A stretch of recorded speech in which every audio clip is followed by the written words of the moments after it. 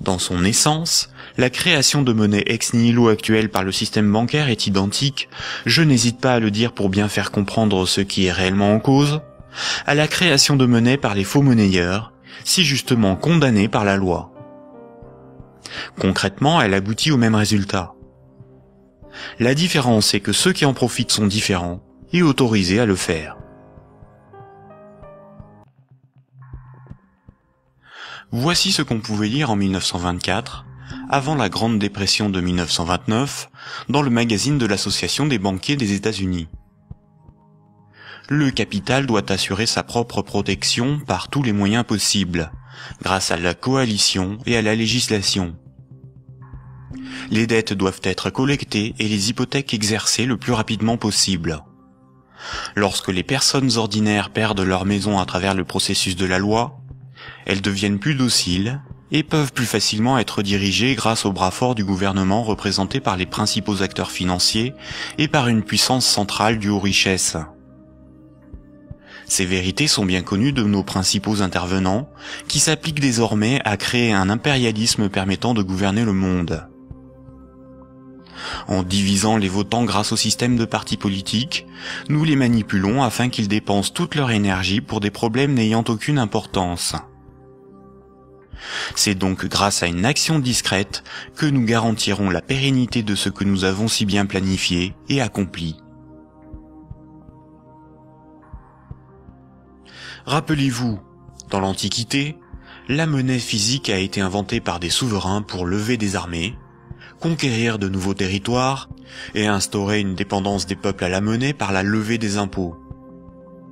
Toutes les dettes devaient être réglées avec la monnaie du souverain. Cela lui permettait d'acheter les richesses aux populations avec la monnaie qu'il fabriquait lui-même.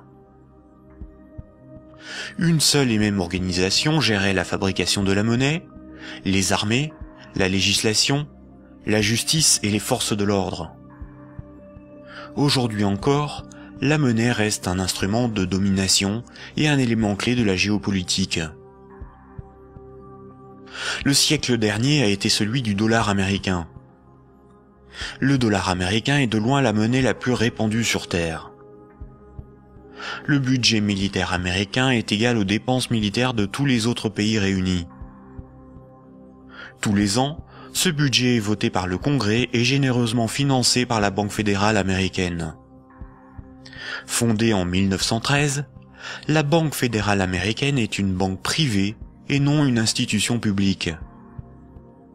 La force militaire permet aux États-Unis d'assurer le statut de monnaie de réserve mondiale au dollar américain et de l'imposer dans le commerce international. Avant les attentats du 11 septembre 2001, les pays clés indépendants du système monétaire anglo-saxon étaient l'Afghanistan, l'Irak, le Soudan, la Libye, la Syrie, Cuba, la Corée du Nord, la Somalie et l'Iran. Les États-Unis et leurs alliés ont attaqué l'Afghanistan, l'Irak et la Libye. En Libye, une banque centrale opérationnelle a été créée par les soi-disant rebelles avant même que la guerre ne soit finie. Le colonel Kadhafi, Saddam Hussein et Kennedy ont en commun d'avoir défié la domination du dollar américain du cartel de banques privées qui dirige la Banque fédérale américaine. Aujourd'hui, les banques centrales sont indépendantes de tout pouvoir politique et sont coordonnées à l'échelle mondiale par la Banque des banques centrales, la BRI, Banque des règlements internationaux, située à Bâle en Suisse. Ce n'est pas une institution publique, elle n'a aucun mandat. Ses membres ne sont pas élus, et pourtant c'est probablement le cœur du futur gouvernement mondial. L'application de la loi par les tribunaux, les forces de l'ordre, l'armée, sont comme des services assurés par les États à la corporation bancaire, qui contrôle aussi les plus grandes entreprises du monde. La propagande et la guerre permettent d'étendre la zone d'influence des monnaies, et donc le pouvoir de ceux qui en contrôlent la production. Sans la création monétaire par les banques commerciales privées, l'économie ne pourrait pas se développer, et le financement des États par les impôts et les taxes ne serait pas possible. Par cette dépendance, les intérêts de la corporation bancaire sont aussi ceux de la classe politique, Mayer Amschel Rothschild, célèbre banquier du XVIIe siècle, considéré comme le père de la finance internationale, a triomphalement déclaré ceci. « Donnez-moi le droit d'émettre et de contrôler l'argent d'une nation, et alors, peu m'importe qui fait ses lois. » Est-ce vraiment le peuple qui a le pouvoir? Démocratie veut dire le pouvoir au peuple. En grec, démos c'est le peuple et kratos c'est le pouvoir. Dans un état de droit, celui qui établit les lois a le pouvoir. En démocratie, c'est le peuple qui écrit et vote les lois. Une aristocratie, c'est le pouvoir au meilleur. En grec, aristos, c'est le meilleur, et kratos, c'est le pouvoir. En aristocratie, ce sont les meilleurs qui ont le pouvoir et établissent les lois. Une oligarchie, c'est le pouvoir à un petit nombre. Oligos, c'est un petit nombre. En oligarchie, c'est un petit nombre qui a le pouvoir. En France, nous sommes sous un régime dénommé gouvernement représentatif. Tous les 5 ans, on demande au peuple d'élire ses représentants parmi un groupe d'hommes politiques, dénommé classe politique. Les représentants écrivent et votent les lois, pas le peuple. Nous sommes donc dans une oligarchie. Historiquement, le terme de démocratie pour désigner le gouvernement représentatif a été employé dans les années 1830 pour tromper l'opinion publique et faire croire au peuple qu'il a le pouvoir. Ce mensonge perdure encore de nos jours. Si nous étions en démocratie, nous voterions nous-mêmes les lois, par des votations ou des référendums, et nous pourrions aussi en écrire, en proposer. En France, les représentants du peuple sont des politiciens de carrière, pour beaucoup fonctionnaires et issus de classes supérieures, âgés de 60 ans en moyenne. Ils ne sont en rien représentatifs du peuple français. Une fois les représentants élus parmi l'oligarchie de la classe politique, les électeurs n'ont aucun contrôle sur la politique menée et la législation établie. Les représentants votent selon leurs opinions, leurs intérêts, leur complicité ou leur carrière politique. Ils sont la cible de groupes d'intérêts qui influencent leur vote. Les textes de loi sont dans 9 cas sur 10 rédigés par de hauts fonctionnaires non élus. Donner le pouvoir à un groupe d'hommes issus d'une oligarchie, ce n'est pas avoir le pouvoir, c'est désigner ses maîtres. Les partis politiques, apparus dans les années 1840, étaient un moyen de canaliser l'insatisfaction des électeurs dans des oppositions et des conflits sans conséquences. Car si les lois étaient votées par le peuple, ce qui définit la démocratie, il n'y aurait pas de manifestations, pas de grèves, pas de mécontentement ou de troubles sociaux. Le peuple serait souverain. Durant la Révolution, les riches avaient bien plus à perdre que les pauvres. Voltaire, figure emblématique des Lumières, disait ceci.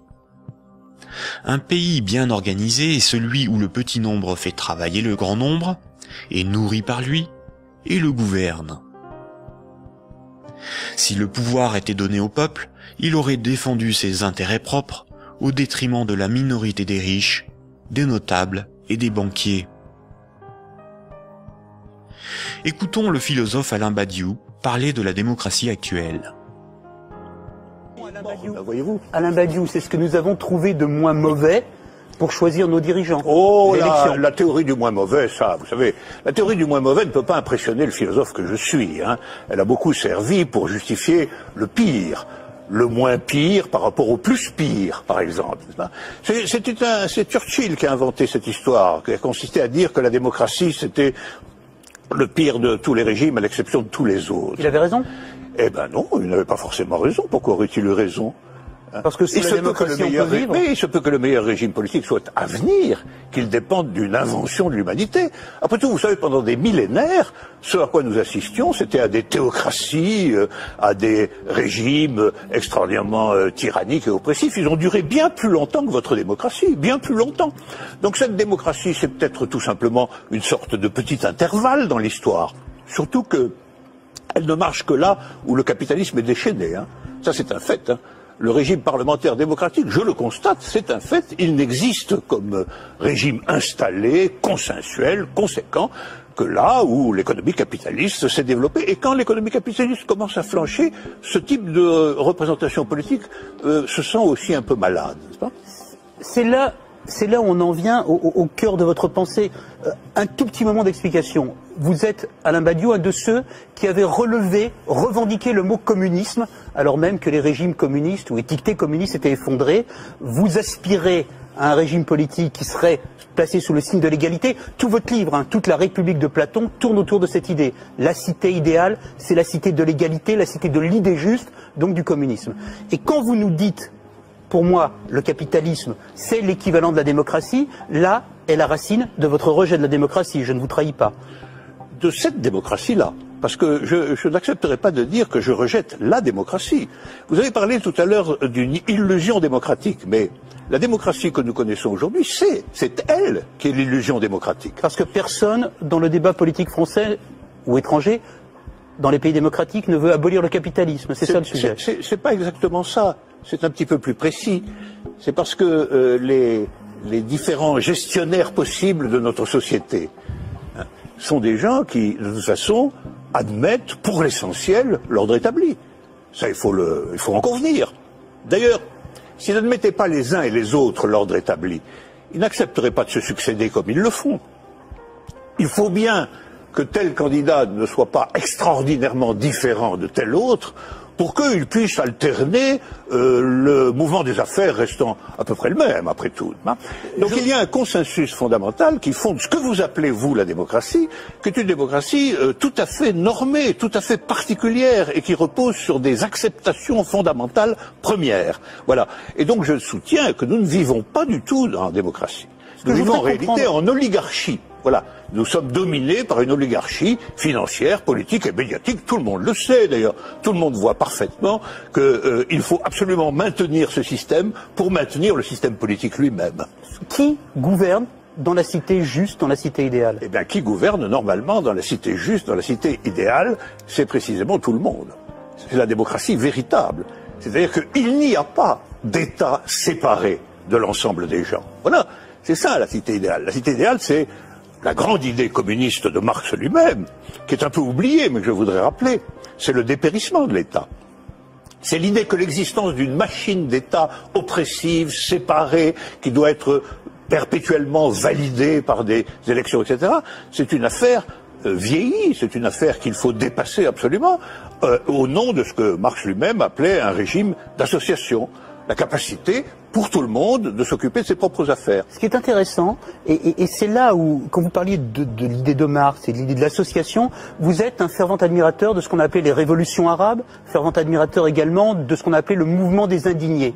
Et ce qui est très intéressant, c'est que votre critique sur les révolutions arabes commence au moment où elle se transforme en processus démocratique électoral avec des élections. Oh ben c'est pas ma critique à moi, c'est d'abord la critique de tous ceux qui ont participé au mouvement dans les pays arabes. Ils ont été légèrement surpris et déconcertés par le résultat des élections. Mais le principe même des élections... Comme moi je l'ai été en mai 68. Eux aussi ils disent élections piège à con maintenant, maintenant qu'ils ont les partis islamistes dits modérés sur le dos. C'est comme si, après une révolution, une tempête révolutionnaire démocratique extraordinaire, on vous présentait un massif parti démocrate chrétien comme le vainqueur des élections. Ben vous seriez un peu étonné tout de même, hein. C'est bien la preuve qu'il y a deux sens du mot démocratie qui ne sont pas du tout homogènes. Sauf que la revendication, Alain Badiou, la revendication du peuple contre les dictateurs, c'était de pouvoir voter. Bon, ça c'est la revendication du peuple contre les dictateurs, c'était que les dictateurs s'en aillent. Ça, c'était leur revendication unanime. Sur la question du vote, il y a eu d'innombrables débats. Comment, quand, dans quelles conditions? Ces débats ont souvent été tranchés par des autorités extérieures au mouvement populaire lui-même. En Égypte, par exemple, ils ont été largement tranchés par l'armée. Autant dire par ce qui restait du régime d'avant. Parce que la révolution a été volée par l'armée. Mais les Tunisiens, par exemple... Le gouvernement représentatif en ne donnant aucun pouvoir aux pauvres, aux ouvriers et aux paysans, garantit la protection des intérêts des plus puissants et des plus riches.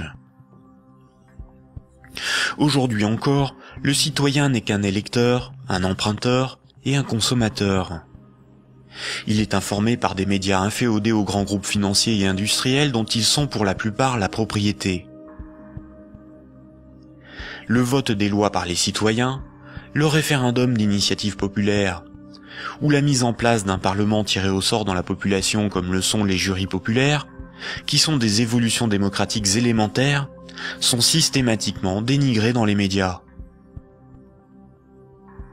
L'Union européenne est une organisation soutenue à l'origine par les élites américaines pour éviter l'apparition d'une puissance concurrente en Europe de l'Ouest. Elle est néolibérale et structurellement antidémocratique. Si les peuples européens écrivaient et votaient eux-mêmes les lois de l'Union, Bruxelles ne serait pas la seconde place de lobbying après Washington. L'Union européenne est le royaume de Goldman Sachs et de la haute finance, dont les hommes se retrouvent à la tête de nombreuses institutions et même de certains États.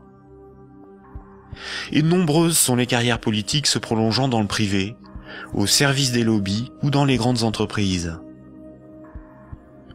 Ce que nous appelons des euros, ce qui est sur notre compte en banque, ce ne sont pas des euros, mais une dette en euros. Ce que nous appelons crédit, prêt ou emprunt, ce n'est qu'une création de monnaie temporaire. Ce que nous appelons démocratie n'est pas une démocratie, mais une oligarchie. Ce que nous appelons un citoyen n'est rien d'autre qu'un électeur. Ces manipulations du langage empêchent les intellectuels, les politiciens, les journalistes et les électeurs de penser le monde. Elles dissimulent avec habileté le pouvoir sans égal des corporations, de la finance et du secteur bancaire.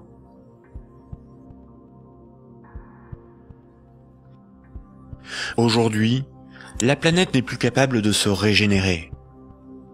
L'humanité tout entière est en train de se confronter aux limites de la Terre elle-même et manque de ressources naturelles. Toute croissance économique nécessite beaucoup de matières premières et d'énergie. Or, les ressources de la planète sont limitées. Certaines organisations militent pour qu'une nouvelle approche économique et sociale émerge, pour que nous soyons respectueux de notre environnement et sortons d'une logique de compétition, de surconsommation et de conflit.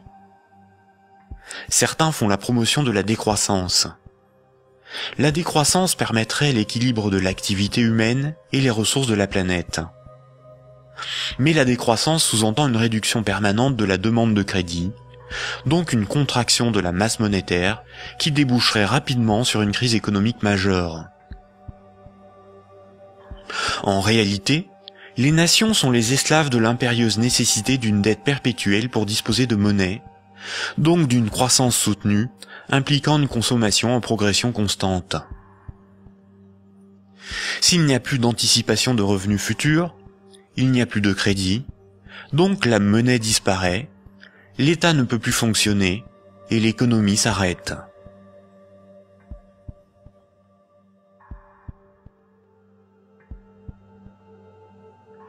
La monnaie en circulation est créée par les banques contre intérêt lorsqu'elles accordent des crédits et détruite lors du remboursement des crédits. Ce cycle monétaire garantit aux banques une rente perpétuelle. Les créanciers sont les banques et le secteur financier, et les débiteurs sont le reste du monde. Notre système économique n'est en rien libéral, puisque nous sommes dépendants des banques pour réaliser le moindre échange économique. Nous ne sommes pas libres de ne pas être endettés. La rareté de la monnaie organise la concurrence entre les individus, entre les entreprises, entre les nations. Les banques créent la monnaie en fonction de leurs propres intérêts et non en fonction de l'intérêt général. Les conflits armés sont plus lucratifs que la diplomatie. La concurrence, plus dépensière que la coopération. La spéculation, plus rentable que le social. Si les banques pouvaient nous vendre l'air que l'on respire, elles le feraient. Pour certains philosophes des siècles passés, voici l'ordre naturel des choses. Le divin représente l'ordre supérieur. L'ordre moral est guidé par le divin, par le sacré. L'ordre politique est guidé, lui, par la morale. Et la finance, elle, est au service de l'ordre politique. Mais si la monnaie n'est plus le reflet des échanges économiques de ceux qui créent les richesses réelles, mais le moyen par lequel ces richesses réelles sont échangées, l'argent devient le maître du monde. Une inversion des ordres s'opère. Le divin est remplacé par l'argent. N'a de valeur que ce qui a un prix. Les marchés font office de morale. Rien ne doit enfreindre les lois du marché, bénéfiques pour l'humanité. La finance est au service des marchés. Les financiers sont les nouveaux prophètes. Ils défendent l'immanente main invisible. La politique et l'État sont au service de la finance, car ils en sont dépendants. Ils sont forcés de défendre les intérêts de la finance au détriment de ceux des peuples. Frédéric Bastiat, économiste politique au XIXe siècle, disait ceci: « Quand le pillage devient un moyen d'existence pour un groupe d'hommes qui vit au sein de la société, ce groupe finit par créer pour lui-même tout un système juridique qui autorise le pillage et un code moral qui le glorifie. »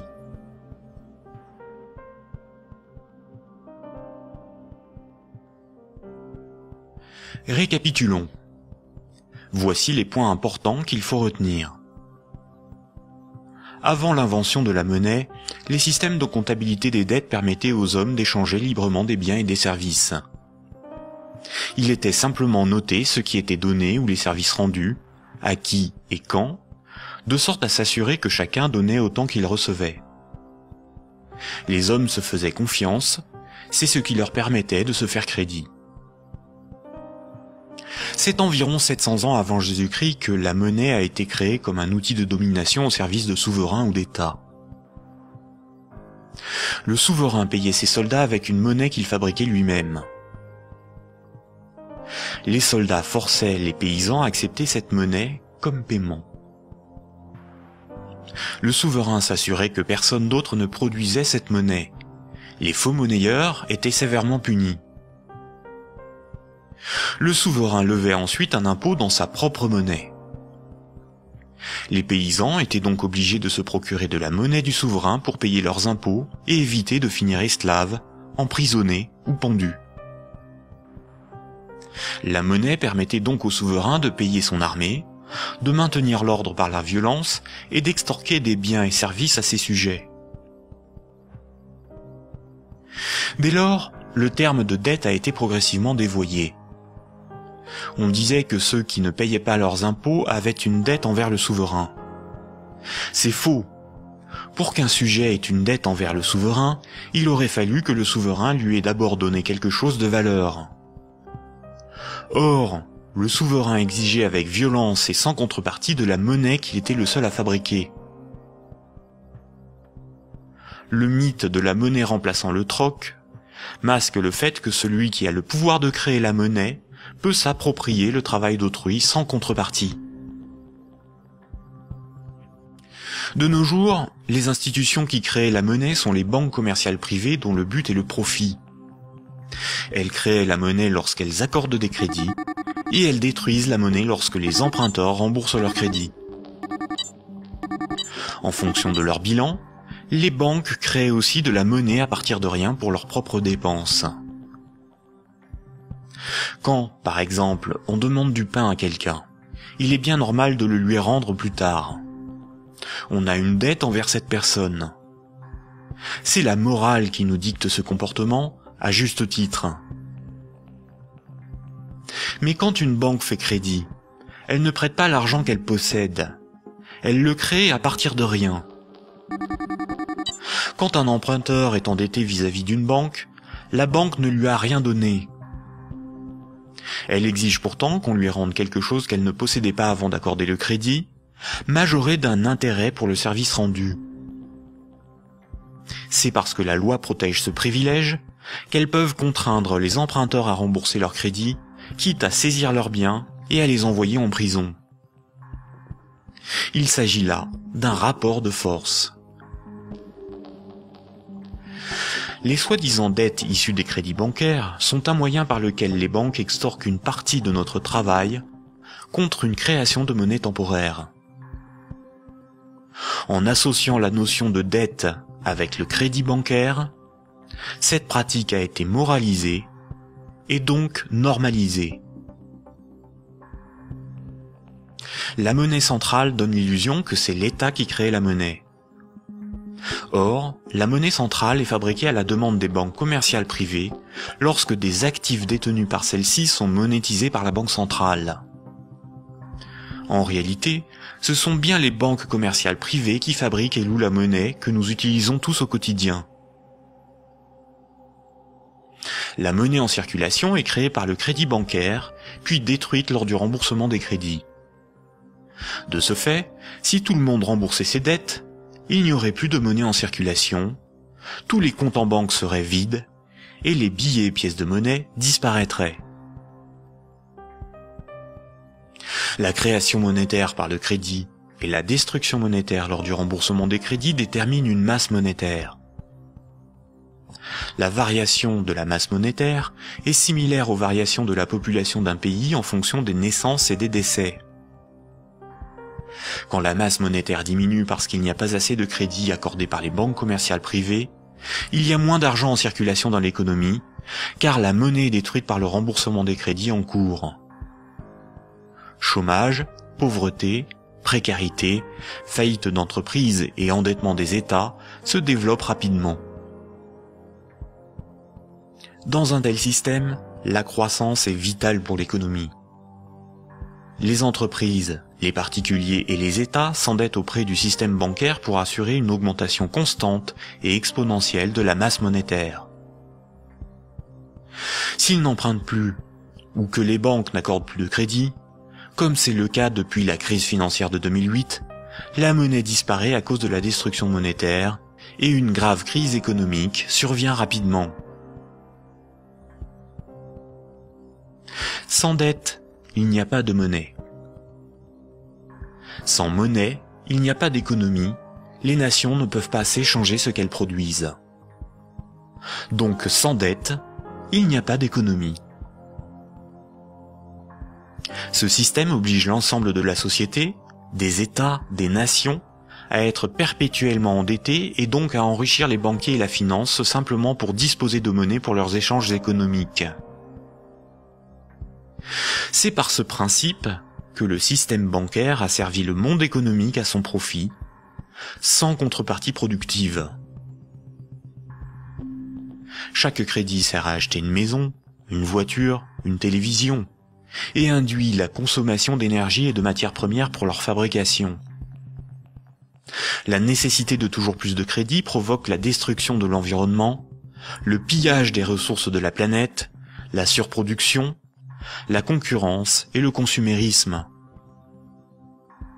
Tant que chaque unité de monnaie, chaque euro, sera issu d'un crédit bancaire, les banques gouverneront le monde et l'humanité pillera la planète et détruira l'environnement pour enrichir l'oligarchie financière. Imaginons ce que serait la monnaie du futur. Imaginons un micro-pays avec 2 citoyens. Paul et Jacques se rencontrent. Leurs comptes sont à 0. Paul a fabriqué une chaise. Il la vend à Jacques 10 unités de compte. Jacques a alors moins 10 sur son compte et Paul a plus 10. Paul peut convertir 5 unités de compte en monnaie manuelle, en billets de banque. Ainsi, tant qu'ils sont dans leurs débits autorisés, personne ne peut empêcher Paul et Jacques de s'échanger ce qu'ils produisent. Leur débit autorisé est calculé en fonction de leurs actifs et de leur solvabilité, et représente le risque financier que doit assumer la société tout entière. La monnaie du futur est un jeu à somme nulle. Dans le futur, la monnaie sera représentative des échanges économiques réalisés, et non ce qui les permet. Aujourd'hui, la monnaie ne fonctionne pas du tout comme ça. Ajoutons dans ce micro-pays une banque.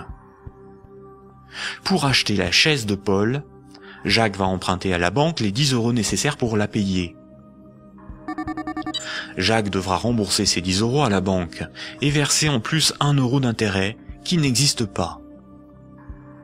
Après la transaction, Paul possède bien les 10 € nécessaires à rembourser la banque, et il faudra bien que Jacques les récupère d'une manière ou d'une autre pour rembourser son crédit.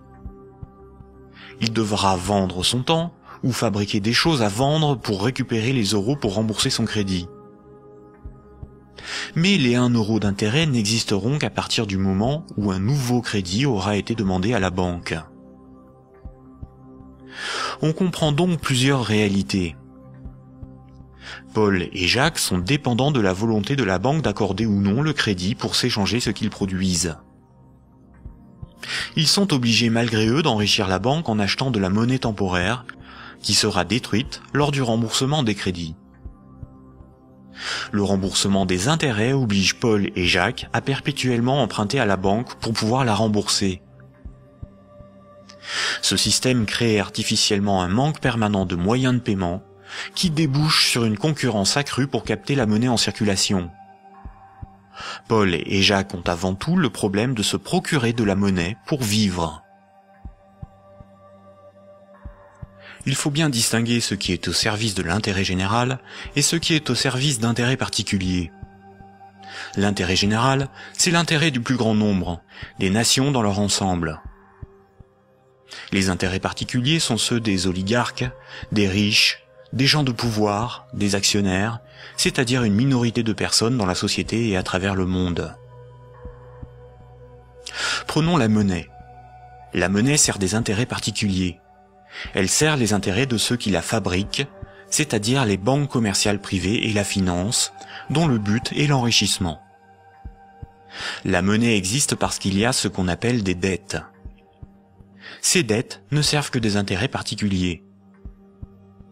La bourse et la spéculation, les marchés financiers, représentent très majoritairement des intérêts particuliers.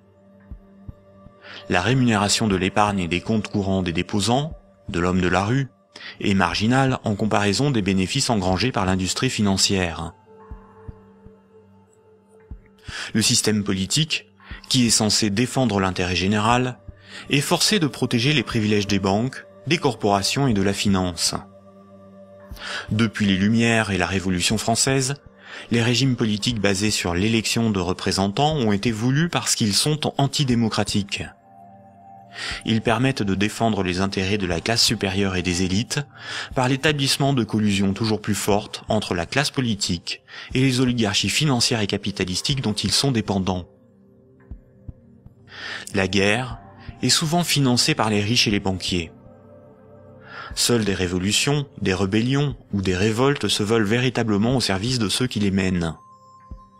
Les guerres, elles, ne servent que rarement l'intérêt général.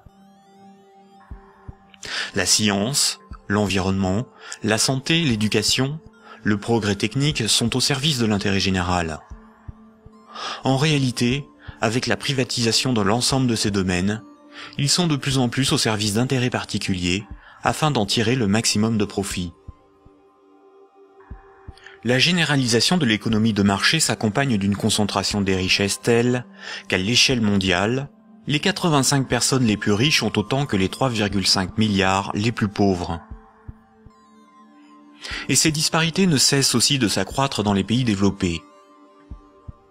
La majorité productive s'appauvrit quand une minorité financière et capitalistique s'enrichit. Les riches n'ont jamais été aussi riches.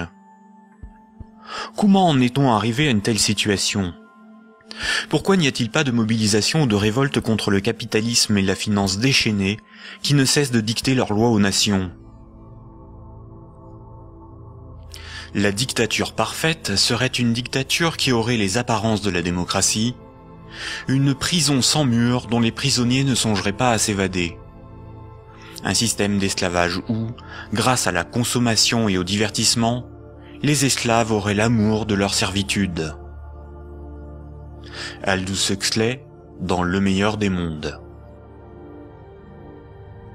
La croissance, essentielle à la domination de la finance, nécessite des travailleurs consommateurs dociles et manipulables. La télévision les divertit par les jeux, les séries, le voyeurisme de la télé-réalité et un flot d'informations brutes, sans aucune analyse, ne jouant que sur la force des images, l'émotionnel et les peurs primaires. On y fait l'apologie de l'oligarchie, des idoles, du consumérisme, de la légèreté, du sexe et de la bêtise. Consommer, c'est être libre et heureux, réfléchir est futile et ennuyeux. Le vocabulaire est réduit, le sens des mots dévoyé, de sorte qu'il n'est plus possible de penser la réalité.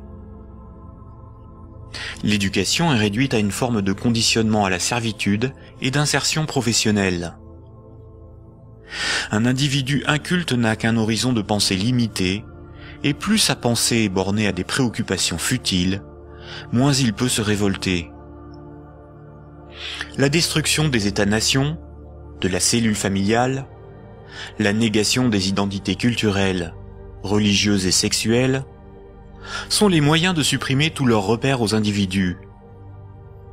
Ils n'ont alors ni l'environnement social et institutionnel, ni les ressources mentales pour s'opposer à la domination mondiale des multinationales et de l'oligarchie financière, politique et capitalistique.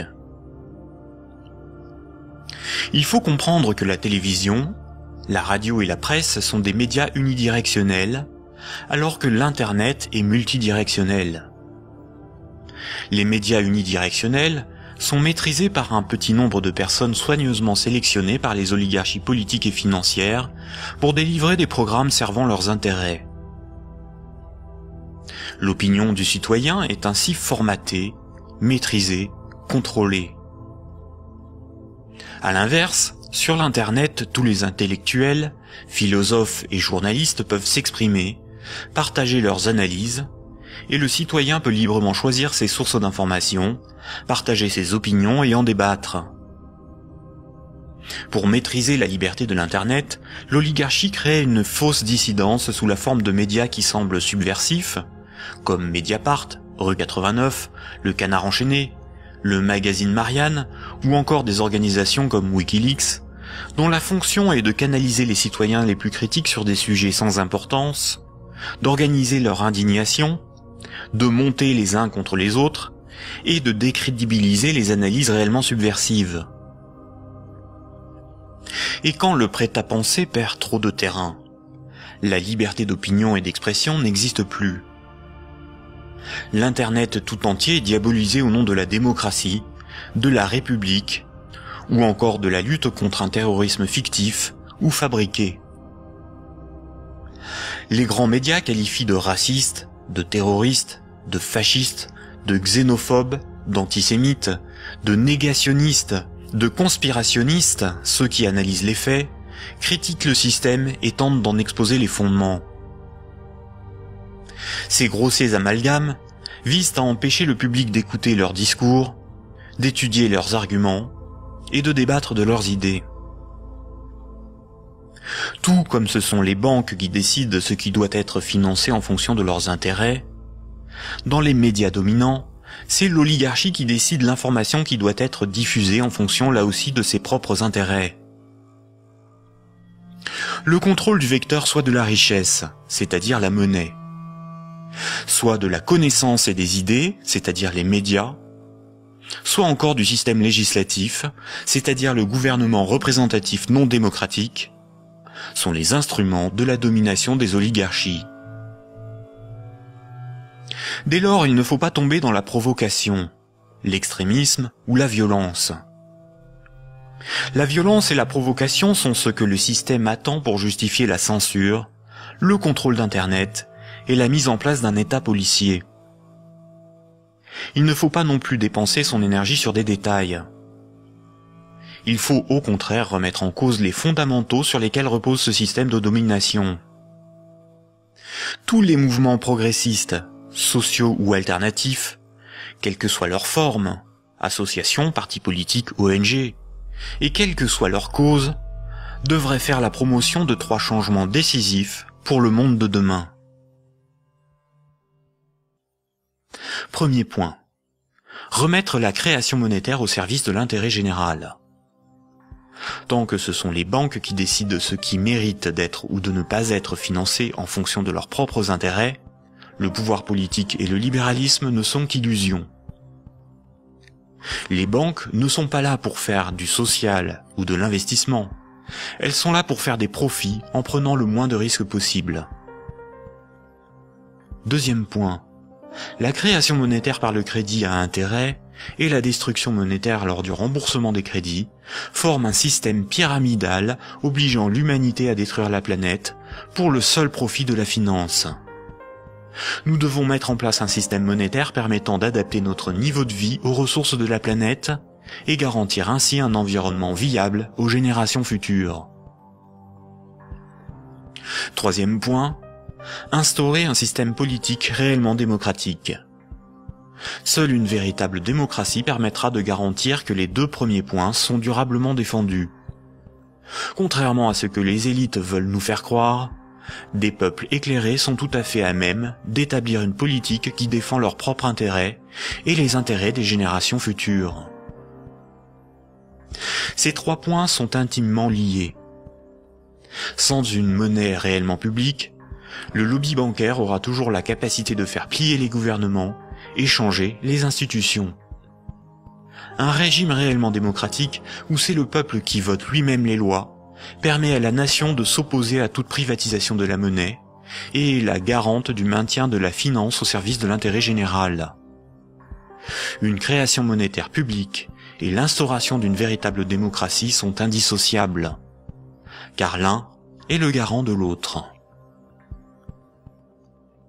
Voici quelques mouvements citoyens dont les propositions permettraient des évolutions majeures de la société. La monnaie permanente, le 100% monnaie ou smart. La monnaie permanente s'oppose à la monnaie d'endettement. Elle remplace la création monétaire privée. Elle permettrait la mise en place d'une politique réellement écologique et sociale. Accompagnée d'une véritable démocratie, elle rend leur souveraineté monétaire aux nations. Les systèmes d'échange locaux. Les CEL sont similaires au système de comptabilité des dettes sans monnaie de l'Antiquité. Ils sont totalement indépendants de l'euro, contrairement aux monnaies locales ou complémentaires. Si une monnaie locale ou complémentaire est créée en échange d'euros donnés à l'organisation qui les gère, elle ne provoque qu'un protectionnisme marchand à petite échelle. Le revenu de base est le dividende universel. Tout en bouleversant les rapports sociaux, il impose de repenser la notion de travail, de justice, et induit une refonte du système monétaire pour être appliqué à grande échelle. Le tirage au sort. Un parlement non élu, mais tiré au sort dans la population est un système par nature démocratique, incorruptible et parfaitement représentatif. Il s'inspire de la démocratie athénienne et des jurys populaires, évite les dérives électoralistes et institue l'impuissance des lobbies. La démocratie directe.